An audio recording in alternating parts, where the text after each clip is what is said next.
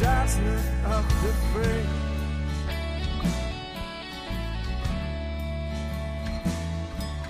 An old man is born and a child died.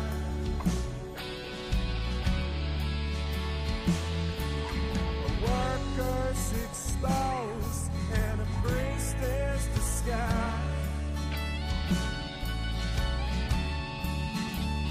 And I said, oh no, oh no, oh no, no.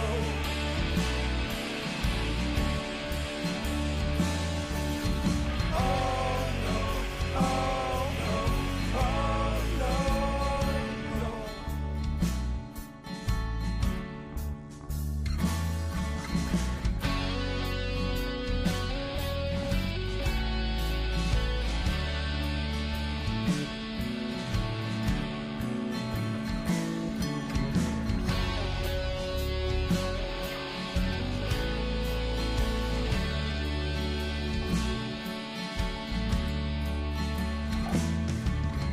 Parties in the penthouse, the secrets underneath.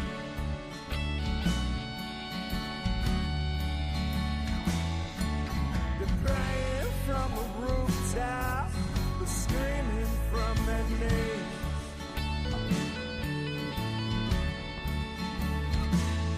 A contract is signed and a soldier dies. Keep saying it's the truth, but all I hear are the lies.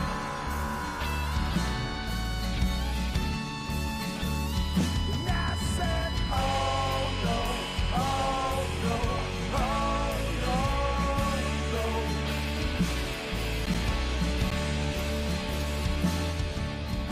Oh no, oh no, oh no, no. I said, oh no, oh You're watching Sunday Sessions, the Buff Fanbase Network's pregame show. Tonight, the Baltimore Ravens play our Buffalo Bills. Where else would you rather be than right here, right now? Isn't that right? Where else would you rather be than right here? Guys, welcome to Season 5, Episode 1, the 2025 season of Sunday Sessions, the official pregame show of the Buff Fanbase Network. I am your host, Swank. Right next to me over here is the smoothest voice in podcasting. You know him, you love him. I just got to see him yesterday. Holy hot hell. Yeah. Ryan Thomas from the Thomas Takes Sports Podcast. What's up, RT?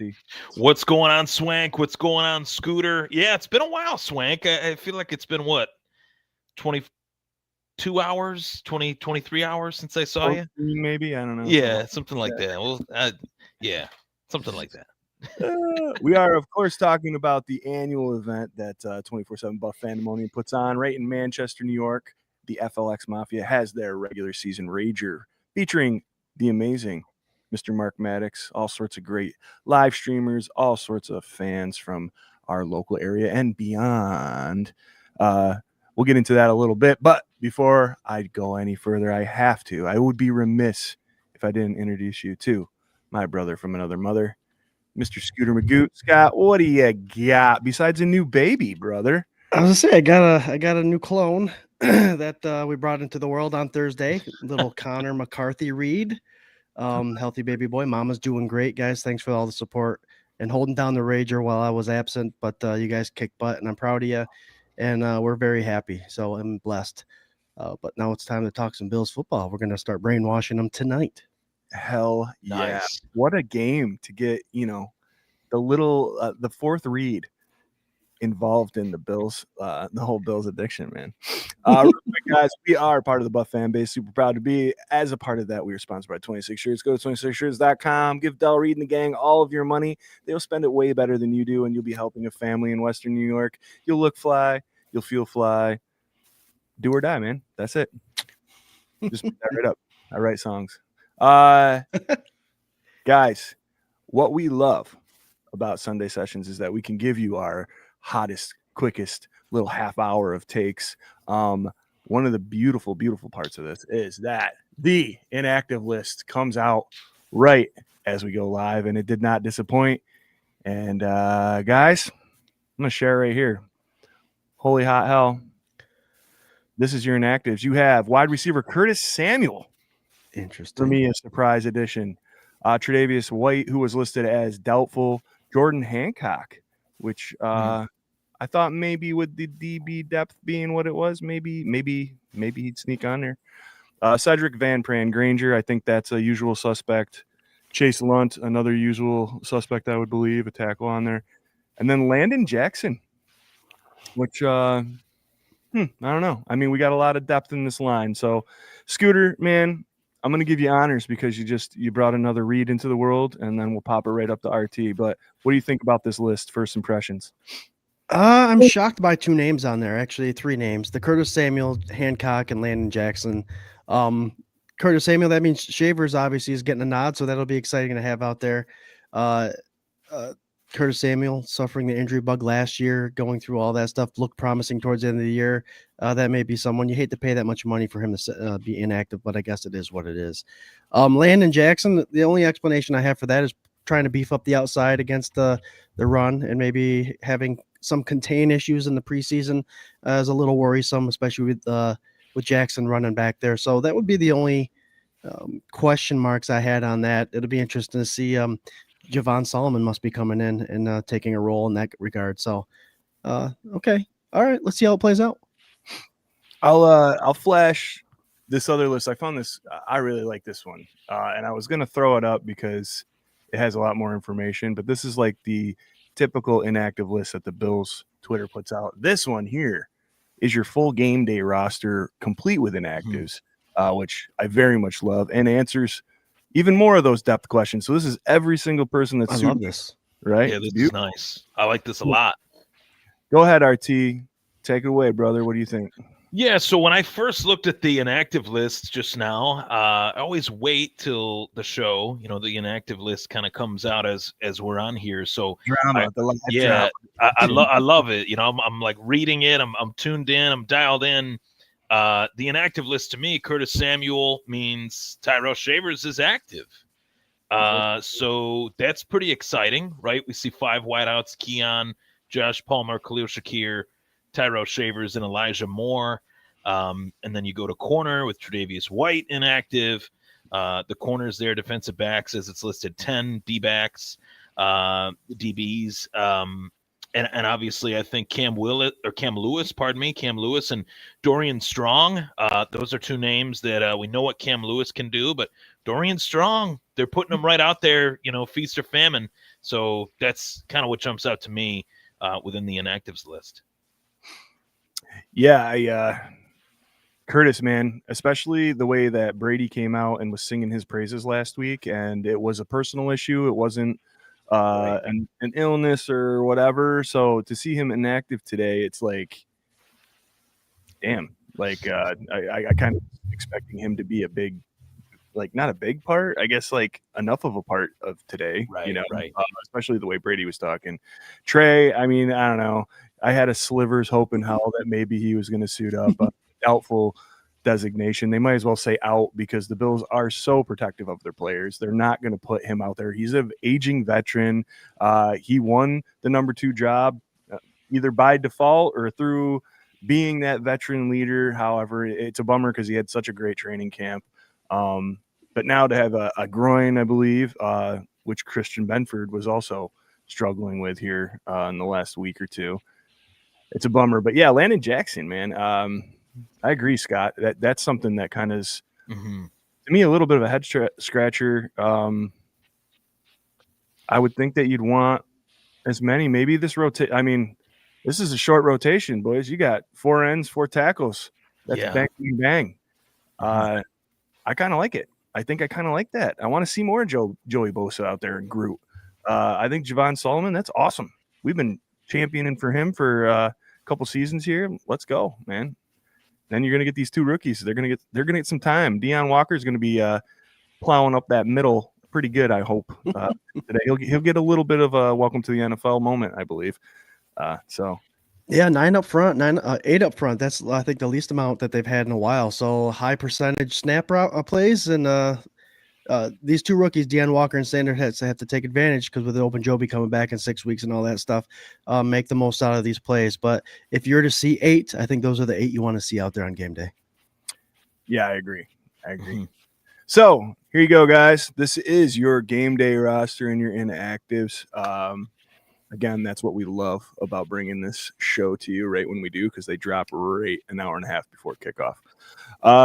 Let's get right into it, boys. I'm thinking, RT, I need to hear what you think about this Ravens offense and our defense coming in here. We're talking about these 8 linemen coming in. We're talking about DBs, inactives, all this stuff. What do we got to do to slow down Lamar Jackson and Derrick Henry coming into our house for the last time, the last season opener at the Ralph? Yeah, definitely a sentimental game, sentimental opener for all of us, our generation. The Ralph is all we know. So knowing that this is the last home opener or opening night, I guess you could say, at the Ralph, bittersweet, but that new stadium is looking pretty good. So, but onto the game, I think that they did a really good job last year in the divisional round, especially in the first half, of forcing Lamar Jackson to kind of throw from the pocket, make him make decisions, neutralize Derrick Henry as best as you can. I think that that's the best way to beat this team. I think that's kind of the proven way that this team kind of runs into some trouble. That is the Ravens, when they force Lamar Jackson to kind of pick his targets. You realize that there's not many targets really out there. You know, Zay Flowers, Mark Andrews, they're good. They're not great. DeAndre Hopkins was brought in as a veteran. We kind of know where he's at in his career. Baltimore's not really deep. You know, the pundits talk about how Buffalo's not too deep in the pass catching department. I would say they're much, much deeper than that of the Baltimore Ravens. So if we're able to neutralize Derrick Henry, I think it starts there, which would then force Lamar Jackson to kind of throw from the pocket a little bit. That is the recipe for success. And, you know, hopefully that secondary really steps up for Buffalo tonight. I think Buffalo forces Lamar to, you know, do those checkdowns, read the defense. The secondary has got to be ready for that, right? So that's where our secondary really would have to, you know, make plays, and where our defensive line would have to kind of close that pocket too, as we're seeing Green Bay do with Detroit right now. So that's what I'd like to see. Whew. That let me tell you, Jared Goff, just as a quick sidebar, never been a huge fan. Like liked the story, liked, you know, okay, he, you know, he's in LA and he gets the shaft or whatever from the coach that they're supposed to be best buddies because they're like 10 years older than each other or whatever. He comes to Detroit. It's kind of a fun story. I never had full faith in him. Goff's gonna Goff. He's gonna do. It's kind of like a Baker Mayfield thing to me. Like he's gonna do something. And last year, that son of a bitch gave me hope for fantasy, and I drafted him as a backup. But I got him playing one of my leagues this year, like today. And I'll tell you, oh my god, what a dumb decision that was. We talked about it yesterday, Swank. They got Rashawn Gary on one side now and Micah Parsons on the other. So it's a really tough duo to stop. So well, I you know, it's dumb. You like talk yourself into it because I'm sitting there like, well, they lost both their coordinators. This is kind of like a rebuilding thing for the Lions, you know. Like it is. I said those words like a month ago, and I still started Jared Goff. So they lost some linemen. He's got Laporta. They've got Amon St. Brown, and they have a good receiving running back out of the backfield and Gibbs. I mean, if any of those guys blow up, they make Goff look good. Yeah. I hear you, Swank. I'm with you. That's why I get Stafford every year, and it just seems to disappoint. Yeah, well, you know, buddy, you and I are facing off each other right now, and I was feeling pretty comfortable, and then I wasn't, and now I don't know where I'm at with it. You're at 88% winning percentage now, so chill out, would you? Hey, I'm a Bills fan. I know 88% don't mean shit until that time says 0-0. You guys would beat me both this week. I think you guys are battling it out for the highest score of the week. I hate when that happens, but that's fantasy football for you. Yeah, I'll get an L and scored the second highest points in the league this week. Love it. You got a beautiful baby boy. And that's a W. Trade-off. That's a trade-off for sure. But let's hear your take here, Scooter, about what you think our defense has to do to slow down this offense. So I think what makes the Ravens so successful is their little key pieces. I mean, obviously Lamar Jackson, MVP, does his thing, but having that big fullback leading the way for Henry, it looks like he's in red. Potentially he's either injured or out. And Isaiah Likely, that sneaky tight end that they carry on their roster that can open up the defense going deep. Very tall, lengthy guy that is a speedster. Those two guys are out, which is very interesting to me. So those are those key pieces that the Ravens add to their rosters just to help their other players over that hump, and they're not there. So to me, with who they brought in defensively, I think, yeah, the 4-4 will be able to handle it without those two guys in there for sure. I like it. I was saying on the K-Gun, I'm really interested in safety play, but I think these linebackers, man, we're forgetting, like, we are getting for one of the first times ever a healthy Matt Milano and Terrell Bernard, and that should be a fun thing to see. I was very afraid when Matt Milano was getting banged up so bad here these last couple seasons that we weren't going to be able to see this, that we were going to get cheated from seeing these two dudes. If you have 8 solid linemen that you believe in, and you're going to get a solid rotation in, and you got 2 thumper linebackers back there, we'll see what happens. I'm very interested in seeing what these linebackers do, because if they shoot their gaps, if they contain, if they are doing what they're supposed to do and slow down one or the other a little bit, I think you're going to throw them off enough to let that offense just do what that offense does and outscore these jamokes.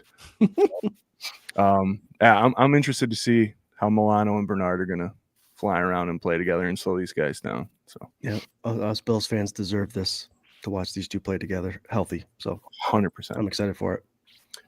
Let's flip over to the other side of the ball. Scooter, I'll start with you this time, and I'll throw the defense for the Ravens up here. But what does this Buffalo Bills offense have to do against this stout-looking defense, man? You know, you got a little Jair back there now, and all sorts of little flares and whistles and bells and dings.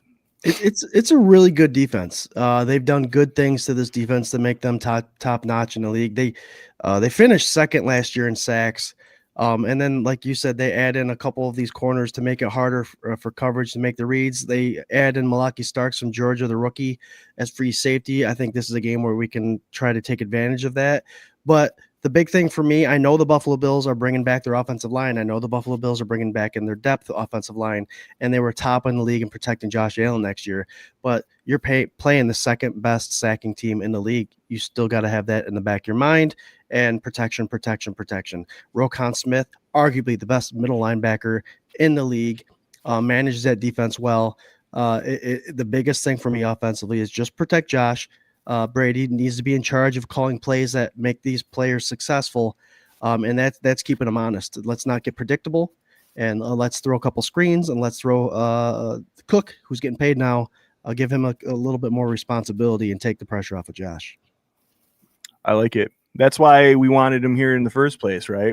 Everything for years was take the pressure off Josh. Josh doesn't have to put it on his shoulders. And we talk about that maturity leap that he took, especially from 2 years ago to last year. Now I expect that to incrementally get more and more comfortable and better as it goes on. I mean, he's just one of those guys that buys in 100% and puts it all on the line. Before I get to you, RT, I wanted to remind everybody, all 503 of you tuning in right now live, appreciate you guys, for Sunday Sessions, the official pregame show of the Buff Fan Base Network. We are sponsored by the Buff Fan Base, and super proud to be also sponsored by 26 Shirts. Go to 26shirts.com, give them all your money. It's going to be awesome. Awesome. I see you guys throwing questions in there. We'll definitely get to them here. This one is a tight 30. So, we got beers to crack. We got foods to order and eat. And we're going to be out of here by 7:30. So we'll hit the rest of this little take. We'll do our score predictions and X factors, and definitely hit your questions in between there. So keep them coming, guys. And please share this around. We love all y'all. Thanks for hanging with us for 5 seasons, you old sons of bitches.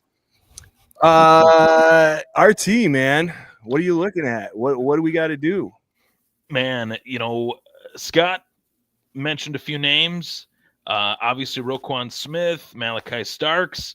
The guy that I'm looking at, I think, is one of, if not the best safety in the NFL right now, Kyle Hamilton, who, earned his stripes with the Gold Dome, in the NCAA with the Golden Domers, the Notre Dame Fighting Irish. Obviously, Kyle Hamilton gets that extension right before the season starts. He's one of the highest paid safeties now in the league for good reason. He's earned it. He's played whistle to whistle every single week practically for the Ravens. I don't know if he's even missed a game for the Ravens since he's been drafted. He's just rock steady, solid coverage guy, solid tackler, always has a way of being around the football. He's a guy that I'm definitely keeping my eyes on. If Buffalo tries to stretch the field with a Keon Coleman or a Josh Palmer, that over the top safety protection that Kyle Hamilton can provide is second to none. I would argue that he's probably one of the top 5 players on the Ravens, maybe even top 3, and he just doesn't get the credit that some of these other safeties in the league get, and I think he definitely belongs as one of the best safeties in the league. Jair Alexander, that was like a late offseason signing that I really was hoping that Buffalo would kind of dip their toes in those waters. He was a guy that was rumored to be of interest for the Buffalo Bills, and he went to Baltimore. So those things happen, but great corner in his own right, comes over from Green Bay. It'll be interesting to see where he's at in his career, and he's going to get tested, I think, early, in this game. Josh is going to look his way and test and say, hey, let's see what you got. Let's see if you're still the guy that you were, 2-3 years ago. So he's had some health issues. This is like him on the mend, trying to show that he's still legit. So tonight's a big night for Jair Alexander to show where he's at in his career. So those are the 2 names that really jump out at me.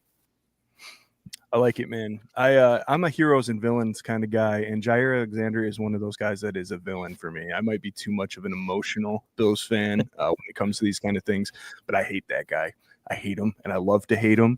I think that's like what brings like that little kid energy out about these kind of games. That guy talks so much junk about Josh Allen, tried to talk so much junk to Stephon Diggs, which Diggs, by the way, sidebar, a little 50-yard game today, like no big deal on that loss. And I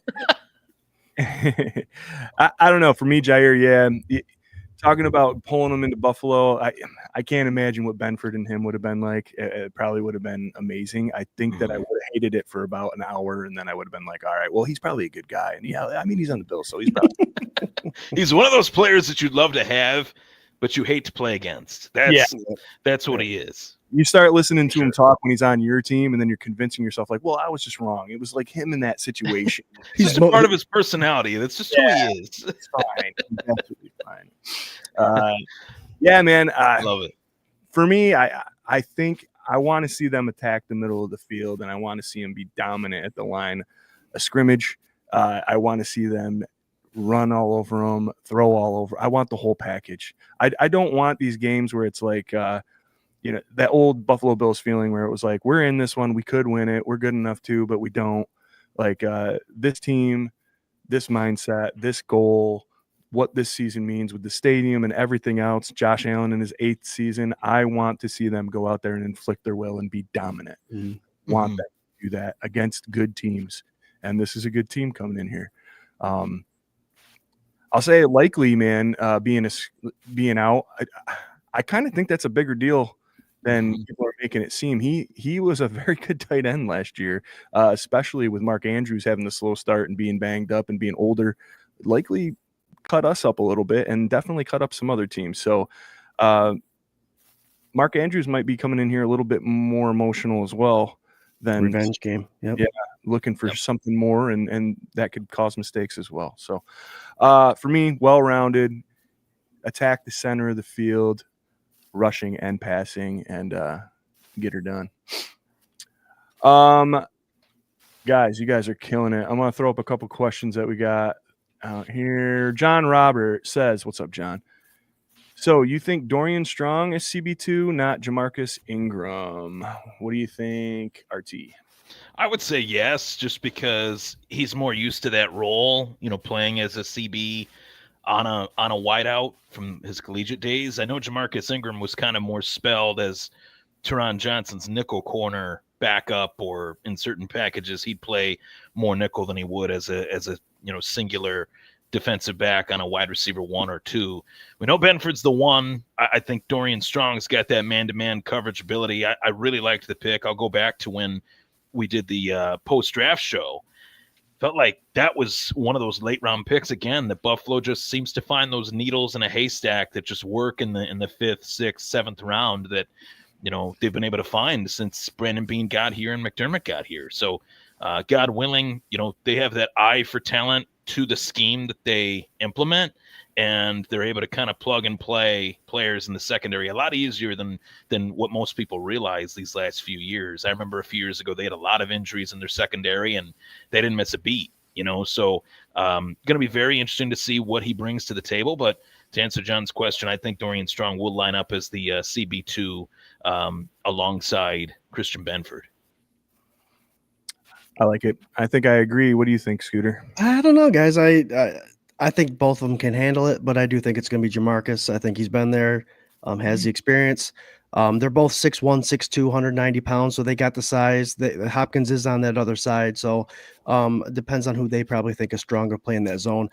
Seeing this defense out here, I think you're going to see a lot of that too deep zone. More, that's the Bills scheme, but I think you're going to see it more often today, just because of those injuries. But I think both can handle it, but I could see Jamarcus getting the edge and getting the start. Good stuff. Maybe a little bit of both. Why not? Why not? Mix it up. We know how they like to dip the toe in on these rookies, man. So, like, you'll probably find a healthy dose of them. The only thing I worry about that is, like, especially somebody like Strong, like getting him into a rhythm. This is the first NFL game, like getting him out there. At least Ingram has some experience. Ingram's had success. Like he has limited success, but still success, and knows this defense well. So I think Dorian Strong is the exciting guy that we all want to see. We want him to be the Benford coming in here and just being Sixth like, rounder. oh my God, like look at the two guys we have now. But Ingram might be the safer play. We'll have to see what's going on. And we're going to find out very shortly here, less than an hour away from kickoff. Ooh. Here we go. Holy hell. One more question here, and then we'll go through our X Factors. Corey Blaine, how much longer are we going to keep Samuel's broke ass around? Dude rides the bench. Our guy Corey Blaine from BWO did a little podcast yesterday for us at the Rager. Good hanging out, and appreciate you helping set up and do all that stuff in our boy Scooter's absence. I like Samuel still. I want to see what happens. I feel like we haven't cashed in on that check yet, and I want to see what the hell he does. He's done little flashes. I really liked him when he was in Washington. It would be great if next week he came out and he just put up 110 and 2 touchdowns and shut everybody the hell up. I think that would be awesome. Probably won't happen. So, Corey, when's the trade deadline? I don't know. We'll see how long he rides. What do you think, Archie? It's one of those things. They are the regime that is Sean McDermott, Brandon Beane. It kind of goes back to the Dorian Strong talking point. They are going to give opportunities to those that show success in training camp. Like, training camp is a massive deal to the staff, the coaches, the GM, whoever makes those leaps and takes those steps, even in preseason games as well. That period of time is really important for their evaluation to see who's most ready to play, which has me feeling like maybe that's why Tyrell Shavers is out there today and Curtis Samuel's not. One had a really solid camp, really solid preseason. The other, we didn't really hear much about. I can only speak to a couple practices that I went to. I really didn't see a lot of Curtis Samuel. I didn't see him really out there consistently as much as he was last year. So that says quite a bit. And, I think it just shows you where each player is at. Doesn't mean that Curtis Samuel won't make, an impact at all. It's just heading into this game. This is their first audition, first roster for week 1, and Curtis Samuel's off of it. So it's a week-to-week league, right? We talk about that all the time. And for this matchup, they felt like this was the best 53 that they had. Was there any big wide receiver injuries today? Anybody know of? The reason I ask is a release cost us almost $9 million. A trade would only cost us $2.2 million about. So they're not going to get rid of Samuel unless there's a team that needs someone like him. I know Nuka was getting beat the hell up the whole first half of that game. So who knows? But it's a tough little dude, man. Came out with a bandage, got helmet to helmet again. I don't know if he ended up going out with a concussion after that, but he was out for a little bit, and then he went back in. Okay. And he had tape on his elbow, and he was a trooper out there today. No doubt. All right, guys, let's kick it off with some X factors. Guys, throw them up in the comments. I see you are already. That's awesome. Scooter Magooter, why don't you start us out? What is your X factor for today? Those front 8, they're only coming with 8. I think a lot of reps for these guys today. It's the containing of Lamar Jackson. He is very successful week 1. We have a quarterback ourselves who's inconsistent on week 1, but Lamar Jackson with his fresh legs is usually pretty productive and starts off his MVP campaign pretty well in week 1. So contain with our edges and let those our nasty linebackers that we finally get to watch put the helmet on this guy. I'm going to disagree with you about that slow start thing or fast start with Lamar, just because I remember last season, man, they didn't look good for the first 2 or 3 games, really the game before they played us. And then it was takeoff time. People were talking about them being nothing until then, which obviously we all know that that's not what's happening. But I feel what you're saying. I'm just going to put a little drama into the show and say, RT, what do you got for next factor, brother?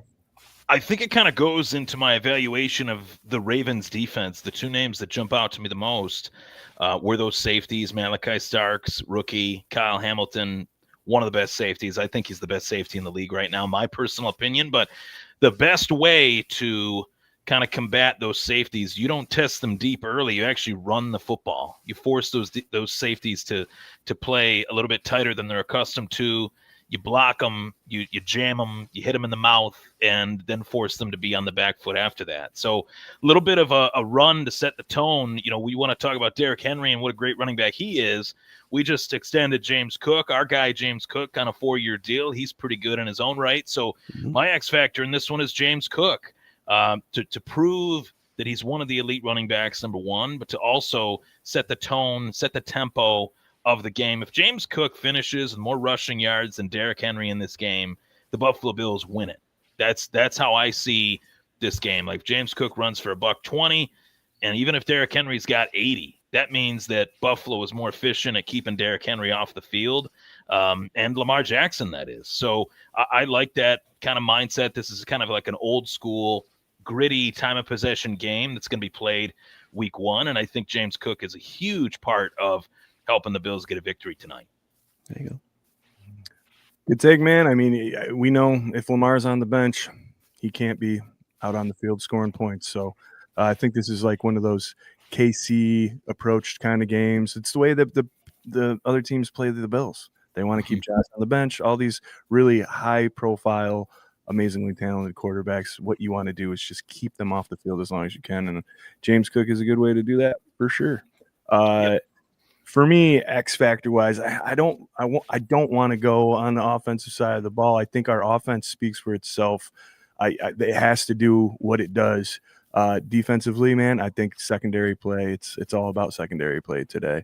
I am watching them linebackers. Like I said, if you could slow down Lamar and Derrick, you're gonna have a very good day. But if they start throwing over top of you, if Lamar starts releasing that arm that nobody thinks he has, you're gonna have a bad time.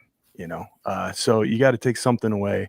And if the front can get pressure, the linebackers can stay where they need to be and shut down the running game, the secondary is going to have a better day. So if we can get through this week in that defensive backfield, I think that we're going to have a good day for Bills fans.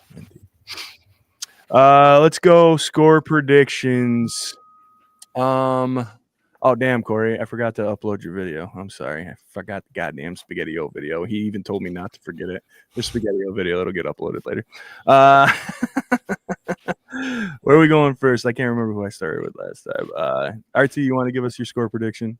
Score prediction. I think it's going to be a close game. These are two very talented teams, two very talented quarterbacks. I think it's going to be a very close game. These NFL schedule makers, they know what they're doing, putting these two teams together. Sunday Night Football Week 1 to start the season. So I'm going to go 32-28 Buffalo. I think the Bills will have a late touchdown drive that's going to put them over the top. And I'm going to go out and say that the guy that catches the game-winning touchdown pass is a new Buffalo Bill, Josh Palmer. I think Allen will connect with Josh Palmer late in the game, and the Bills will get the dub. There you go. I like it a lot. Yep. Scooter Magooter, man, what do you got for a score prediction? RT's keeping it cardiac. I'm going to keep it cardiac too. I'm going 24-20. Power of the O's. Booyah. I can't forget about this. Wow. 24-20. It's back and forth all day. Bills come up on top. It's so funny, dude. I attempted the SpaghettiOs chug at the Rager, and just the coldness of the can in my hand, and then the touching of the lips to the, I was like, oh my God, I got like half a meatball in my mouth, and I'm like, can't do it. I will nuke some though. We'll make that happen. Sure. Corey said that I made Ella cry. Dude, do you really think that I wouldn't put it up here? Get out of here. Come on.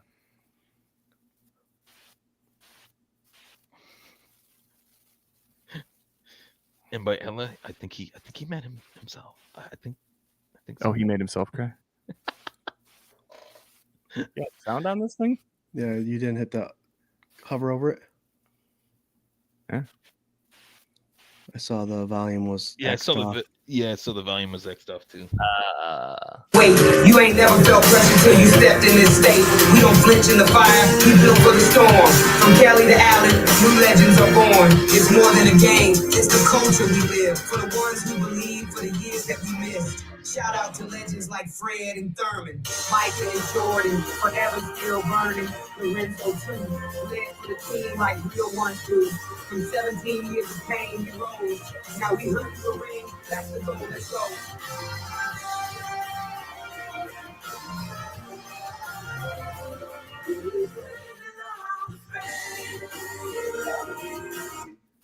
What is up, Bills Mafia? Oh, we are back. It is Sunday. The Bills play at 8. We got a game today. Oh, it's the Ralph's last ride. You guys ready? I can't wait. I'm excited. I was hoping this was going to die out in the offseason, but I guess by popular demand, everybody still wants it. So it's the Revenge of the O's season, boys and ladies. I think X Factor today, like I said the other day on the K-Gun with Swank, Keon Coleman, 2 touchdowns, 100 yards. I think the Bills are going to win. I'm going to change my prediction and say 40-32. What do you think, baby? 40-20. Ooh, double O's. Cheers, bud.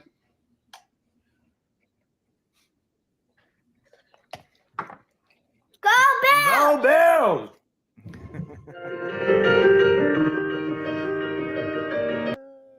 There you go. Go Bills indeed, man. Corey, man, I was expecting you to light yourself on fire, dude. You know what I mean? Like, stepping it up a little bit. Appreciate you guys. It was a blast hanging out yesterday and meeting some of these dudes that I've only been able to talk to via this or Messenger or whatever else. Patrick coming all the way up from Florida, and Mark Maddox, of course, all the way from Arizona. Lot of great people there yesterday. RT, appreciate you coming all the way from, of course, LKPT. And it was really awesome, Scott.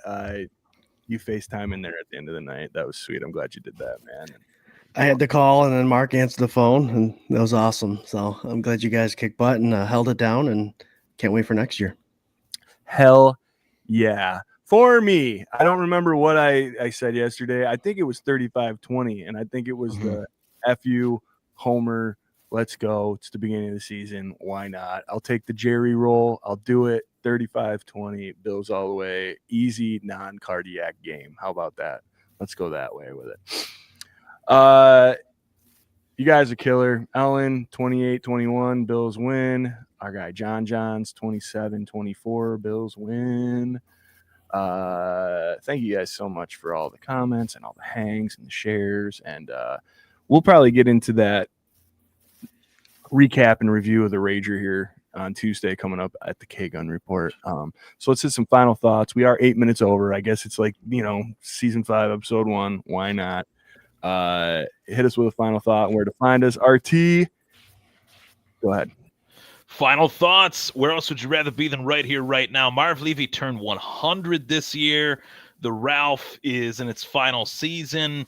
The nostalgia is there. The vibes are there. You got the legends. You got Kelly in the crowd. You got Reed on the sideline with him, standing side to side tonight. Thurman Thomas is in the house. The boys are back together to watch this return to glory led by Josh Allen and company. As Steve Tasker put it, greatness has been restored in Buffalo and just got to finish the job. Could this be the year? God willing, just one before I die. That's all I want. Of course, I really pumped up for this season. It's going to be a hell of a game tonight. Love having, the time on a Sunday to hop on this show with you guys, and appreciate the band still, holding strong. 5th season. That is incredible. I did not even realize that when you said that from the jump. I was like, holy crap, it's been that long. So it's been fun. It's been a fun journey, and the fun times are going to continue, baby. Let's go. Let's go, Bills. There you go. Hell yeah. Hell yeah. Love you, RT. Yeah, we were talking about Scott and I, because I was just like, how long are we doing this when we started it? And it was like the year after we started the K-Gun, we started Sunday Sessions. So Crazy. Season 6 of the K-Gun, Season 5 of Sunday Sessions. Love it. Viewing pleasure. Scooter Magooter, man, give us a final thought, you beautiful bastard. I miss your face. Miss your face. Swank, something you always say, just enjoy what we're going through now. Obviously, this is one of 17 of the last games that we're having here this season. So the last time, it's a week 1 at the Rich, at Ralph, at New Era, at all the stadium names. So if you can get out there. It's worth the money just to go the one last time and say you're there for the last season. Those of you who are there, cheer loud for us that can't be. And those that are sitting at home in the comforts of their own home, enjoy those cheap beers. Can't wait to talk about this on the K-Gun Report on Tuesday. Go Bills. Hell yeah, go Bills indeed. Guys, piggybacking off that a little bit, man, I think about it almost every single week 1, where right now, before kickoff, this is literally the most Bills football you are going to get to watch this season. We are starting right here. The most relevant Bills football that you can possibly watch is starting now. There will not be more games than this season. So enjoy it. Really enjoy it. Like, again, great time that we're living in. Josh Allen era, a future MVP. I'll say it, dude. Like, it's amazing. And we know what these low times can be like. So cherish it.